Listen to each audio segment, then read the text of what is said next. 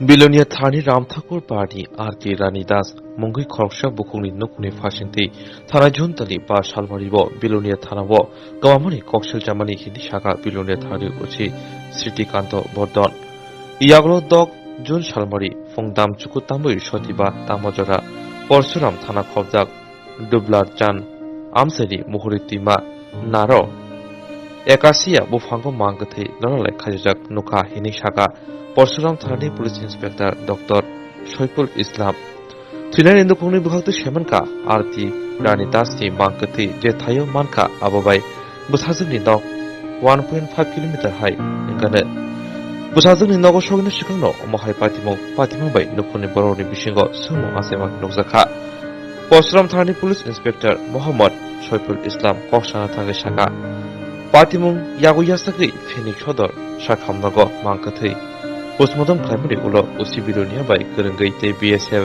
BJP Belonia बरथानि लुआजों बाय सिनेजन सालमारिबो मांगथै महरि काट आरिथिके बुसाजला रिपन दासनि यागो याफ्रिदम जाखा OC Parshuram police inspector Mohammad Saiful Islam আর বিগত 6 তারিখে আমরা সকাল 9টা 5 ঘটিকার সময় আমাদের পরশুরাম থানাধীন দুবলার চান মহুরী নদীর কিনারে ধারে একটি আকাশী গাছের ডালের সঙ্গে মহিলার শাড়ির পরিহিত শাড়ির গলায় পেঁচায় ঝুলন্ত অবস্থায় আমরা লাশটি পাই।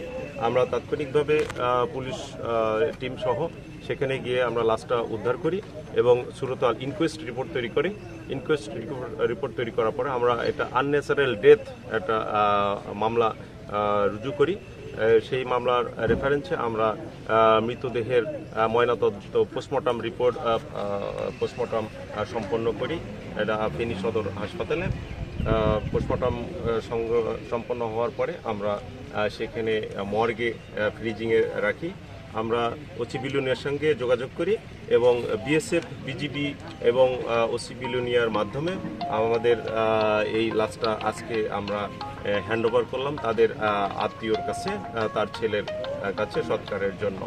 আমরা আমাদের অস্বাভাবিক মৃত্যু মামলাটা তদন্তাধীন আছে। আমরা তদন্ত করে দেখব যে আসলে এটা প্রকৃত আত্মহত্যা কিনা বা অন্য কিছু কিনা। আমরা এই তদন্ত রিপোর্ট পাওয়ার পরে ময়নাতদন্ত রিপোর্ট পাওয়ার পরে আমরা এটা চূড়ান্ত পর্যায়ে আমরা সিদ্ধান্ত গ্রহণ করতে পারবো। ধন্যবাদ।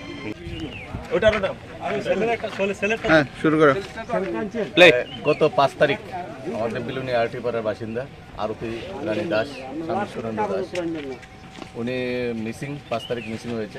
6 তারিখ ভোরবেলা বাংলাদেশের পরশুরাম পিএসের অন্তর্গত নদীর পাড়ে ওনার মৃতদেহ ঝুলন্ত অবস্থা পাইছে। তো পরশুরাম পিএস এই মৃতদেহের ময়নাতদন্তের ব্যবস্থা করে এবং আজকে ডেড বডি তার বিলোনিয়া পিএস এবং বিলোনিয়া ওমেন পিএসের সহযোগিতায় ডেড বডি তার ছেলে রিপন দাসের হাতে আমরা তুলে দিছি এবং এই বিষয়ে একটা পরশুরাম পিএসে অস্বাভাবিক মৃত্যুর তদন্তের মামলা নিছে এবং সেই মামলার তদন্ত চলছে এবং পরশুরাম পিএস এই ব্যাপারে আমাদের যথেষ্ট সহযোগিতা করছে এবং আমাদের তরফ থেকে পরশুরাম পিএসকে আমরা অশেষ ধন্যবাদ জানাই।